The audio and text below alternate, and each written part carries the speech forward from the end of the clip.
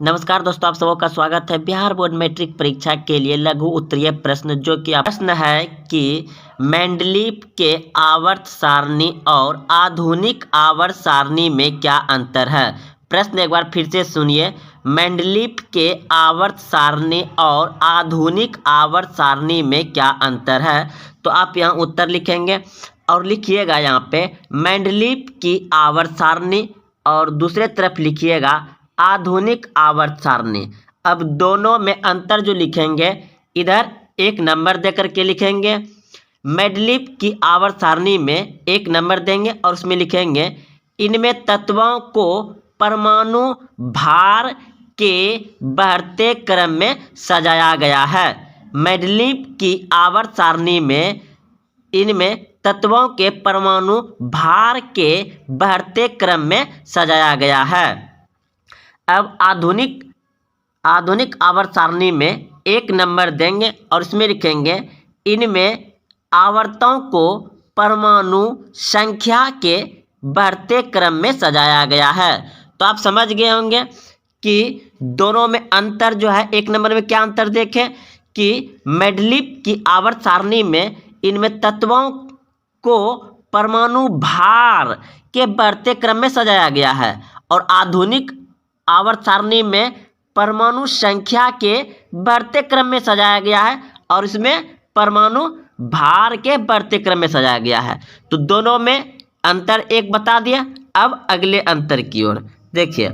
अब लिखिएगा मेंडलीव की आवर्त सारणी में दूसरा नंबर और दूसरा नंबर में लिखिएगा मेंडलीव के आवर्त सारणी में विभिन्न तत्वों के गुण धर्म में समानता एवं भिन्नता के लिए कोई मापदंड नहीं है। अब आधुनिक आवर्त में लिखिएगा 2 नंबर दे करके आधुनिक आवर्त सारणी में तत्वों को उनके इलेक्ट्रॉनिक विन्यास के आधार पर सजाया गया है। समझ गए। अगला देखिए 3 नंबर दे करके लिखिएगा मेंडलीव की आवर्त सारणी से रासायनिक आवर्तता की कोई स्पष्ट व्याख्या करने में सफल नहीं है। तीसरा नंबर में लिखिएगा आधुनिक आवर्त सारणी रासायनिक आवर्त की स्पष्ट व्याख्या करता है। समझ गए। अब चौथा नंबर में लिखिएगा इस आवर्त सारणी में कई की अनियमितताएं जैसे समस्थानिकों का स्थान, कुछ तत्वों के परमाणु द्रव्यमान में गलत क्रमांक। और चौथा नंबर में लिखिएगा मोसले के आधुनिक आवर्त सारणी में इस सभी त्रुटियों को दूर किया गया है। 5वां नंबर में लिखिएगा मेंडलीव की आवर्त सारणी में ऐसे कोई स्पष्ट वर्गीकरण नहीं है। 5वां नंबर इधर लिखिएगा आधुनिक आवर्त सारणी में आधुनिक आवर्त सारणी में तत्वों का स्पष्ट वर्गीकरण जैसे सामान्य तत्व, संक्रमण तत्व एवं उत्कृष्ट गैसों को अलग अलग रखा गया है। 6ठा नंबर में लिखिएगा मेंडलीव की आवर्त सारणी में इसके द्वारा स्पष्ट एवं सरल रूप से व्यवस्थित तत्वों को समझाना एवं समझ एवं करने के कठिन होती है। और आधुनिक में लिखिएगा इसके द्वारा स्पष्ट एवं सरल रूप से तत्वों को समझना एवं व्यवस्थित करने में आसानी होती है। धामनी और सिरों में अंतर लिखिए। धामनी और सिरों में अंतर लिखिए। तो देखिए आंसर इधर लिख देंगे, उसके बाद धामनी इधर लिखेंगे और इधर सिरा लिखेंगे। तो देखिए धामनी में एक नंबर देकर के लिखेंगे कि इसकी दीवारें मोटी, लचीला तथा कपाट रहित होती है। धामनी की दीवारें मोटी, लचीला तथा कपाट होती हैं। अब लिखेंगे सिरा में एक नंबर देकर के इसकी दीवारें पतली होती हैं। सिरा की दीवारें पतली होती हैं। अब देखिए धमनी में लिखेंगे 2 नंबर देकर के इसकी गुहा पतली होती है और सिरा में लिखेंगे 2 नंबर देकर के इसकी गुहा मोटी होती है। 3 नंबर दे करके लिखेंगे धमनी में, इसके रुधिर अत्यंत दबाव एवं गति के साथ प्रवाहित होती है। और सिरा में लिखेंगे, इसके रुधिर कम दबाव के साथ धीरे धीरे प्रवाहित होती है, यानी कि बहती है। प्रवाहित मतलब बहती है। तो देखिए एक बार फिर से हम पढ़ रहे हैं, आप लोग ध्यान से सुनिएगा कि प्रश्न था धमनी और सिरा में अंतर लिखिए। तो उत्तर में लिख देंगे इधर धमनी, इधर सिरा।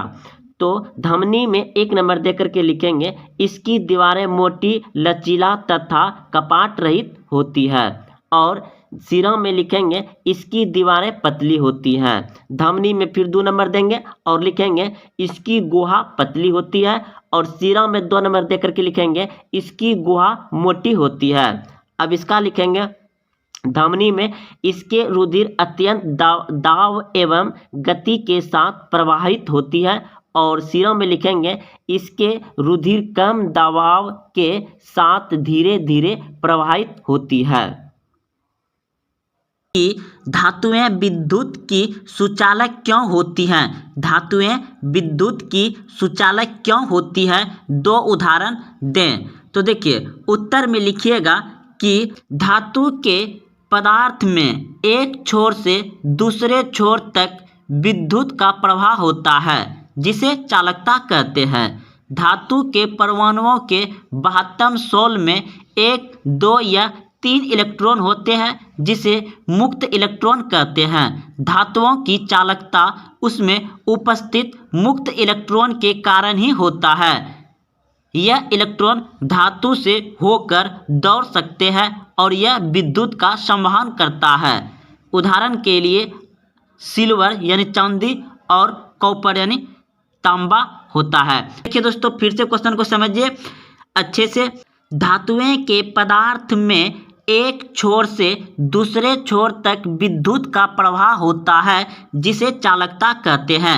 विद्युत के परमाणुओं के बाह्यतम शोल में 1, 2 या 3 इलेक्ट्रॉन होते हैं, जिसे मुक्त इलेक्ट्रॉन कहते हैं। धातुओं की चालकता उसमें उपस्थित मुक्त इलेक्ट्रॉन के कारण ही होता है। यह इलेक्ट्रॉन धातु से होकर दौड़ सकते हैं और यह विद्युत का संवहन करता है। उदाहरण है सिल्वर और कॉपर। तो उत्तल लेंस एवं अपतल लेंस में अंतर क्या है लिखें। तो देखिए उत्तर में लिखिएगा कि उत्तल लेंस एवं अपतल लेंस में निम्नलिखित अंतर है। क्या अंतर है? तो इस तरफ लिख दीजिएगा, एक तरफ लिख दीजिएगा उत्तल लेंस और दूसरा तरफ लिख दीजिएगा अपतल लेंस। तो उत्तल लेंस में 1 नंबर दे करके लिखना है, इसकी क्षमता धनात्मक होती है। उत्तल लेंस की क्षमता क्या होती है? धनात्मक होती है। और अपतल लेंस इधर 1 नंबर दे दीजिएगा और लिखिएगा इसकी क्षमता ऋणात्मक होती है। और फिर उत्तल लेंस में लिखिएगा इसके द्वारा वास्तविक और आभासी दोनों प्रतिबिंब बनता है। और फिर लिखिएगा इसमें अपतल लेंस में इसके द्वारा केवल आभासी प्रतिबिंब बनता है। आगे देखिए और देखिए इधर 3 नंबर में लिखिएगा इसके द्वारा सीधा तथा बड़ा प्रतिबिंब बनता है। और इसमें अपतल लेंस में लिखिएगा इसके द्वारा सीधा तथा छोटा प्रतिबिंब बनता है। तो आप समझ गए कि उत्तल लेंस और अपतल लेंस में अंतर क्या है। यह प्रश्न आपको 2 नंबर से पूछे जाएंगे। एक बार फिर से हम पढ़ रहे हैं। देखिए लिखना है उत्तर में, उत्तल लेंस एवं अपतल लेंस में निम्नलिखित अंतर है। इधर लिखना है उत्तल लेंस और इधर लिखना है अपतल लेंस। अब देखिए इधर 1 नंबर दे करके लिखना है इसकी क्षमता धनात्मक होती है। फिर अपतल लेंस में 1 नंबर देना है और लिखना है इसकी क्षमता ऋणात्मक होती है, यानी उल्टा हो रहा है। इसमें लिखिएगा 2 नंबर दे करके उत्तल लेंस में इसके द्वारा वास्तविक और आभासी दोनों प्रतिबिंब बनता है। इसमें लिखिएगा इसके द्वारा केवल आभासी प्रतिबिंब बनता है, 2 नंबर दे करके। अब फिर 3 नंबर दे करके लिखिएगा उत्तल लेंस में इसके द्वारा सीधा तथा बड़ा प्रतिबिंब बनता है। और अपतल लेंस में लिखिएगा 3 नंबर दे करके इसके द्वारा सीधा तथा छोटा प्रतिबिंब बनता है। धातु एवं अधातु में अंतर क्या है? यह आपको प्रश्न में पूछेगा धातु और अधातु में 5 अंतर लिखिए जिसमें 3 भौतिकी और 2 रासायनिक गुण को लिखें। इस तरह से आपको प्रश्न पूछा जाएगा। तो धातु एवं अधातु में अंतर अच्छे से समझिए ताकि आपका 3 नंबर बिहार बोर्ड मैट्रिक में विज्ञान में आ सकता है। तो देखिए लिखना किस प्रकार है, धातु एवं अधातु का अंतर, ठीक है। इधर आपको धातु लिखना है, इधर अधातु लिखना है। तो आप अच्छे से समझिए। भौतिकी, देखिए भौतिकी में 3 देना है। और देखिए धातु जो है कि विद्युत और ताप का सुचालक होते हैं। पहला नंबर क्या लिखिएगा, धातु विद्युत और ताप के सुचालक होते हैं। और फिर उसी में अधातु जो होता है दोस्तों उसका उल्टा, तो उल्टा क्या लिखिएगा, विद्युत और ताप के कुचालक होते हैं। विद्युत और ताप के कुचालक होते हैं कौन, अधातु। और धातु क्या होते हैं, विद्युत और ताप के सुचालक होते हैं। अब दूसरा नंबर देखिए, धातु तन्य और आघातवर्धीय होता है। धातु को जब आप पीटिएगा तो वह लंबा हो जाएगा, धीरे धीरे बढ़ता है, वो क्या होगा, तन्य होगा। लेकिन वो धातु को जब आप पीटिएगा हथौड़ा से वह टूट जाएगा, वह लंबा या बिखरेगा नहीं, टूट जाएगा। तो धातु क्या होता है, धातु तन्य होता है और वो धातु भांगर होता है, ठीक है, यानी कि वह भांग जाएगा। अब तीसरा देखिए, इसमें धात्विक चमक होती है, यानी कि धातु में क्या होता है, धात्विक चमक होती है, ठीक है। और वो धातु में क्या होता है, इनमें चमक नहीं होती है, वो धातु में चमक नहीं होती है।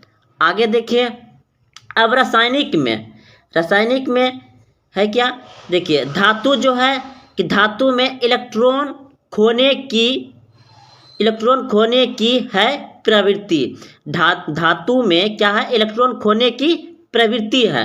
और वो धातु में क्या है, इनमें इलेक्ट्रॉन पाने की प्रवृत्ति है, यानी कि वो धातु इलेक्ट्रॉन पाता है और धातु क्या करता है, इलेक्ट्रॉन खोता है।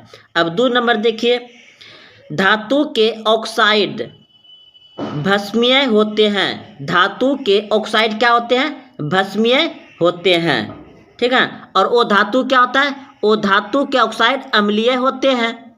जस्ट उल्टा हो रहा है।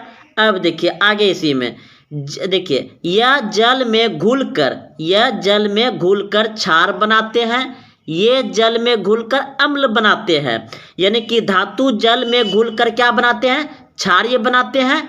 और वो धातु क्या करते हैं, जल में घुलकर अम्ल बनाते हैं। धातु क्षारीय बनाते हैं और वो धातु अम्ल बनाते हैं।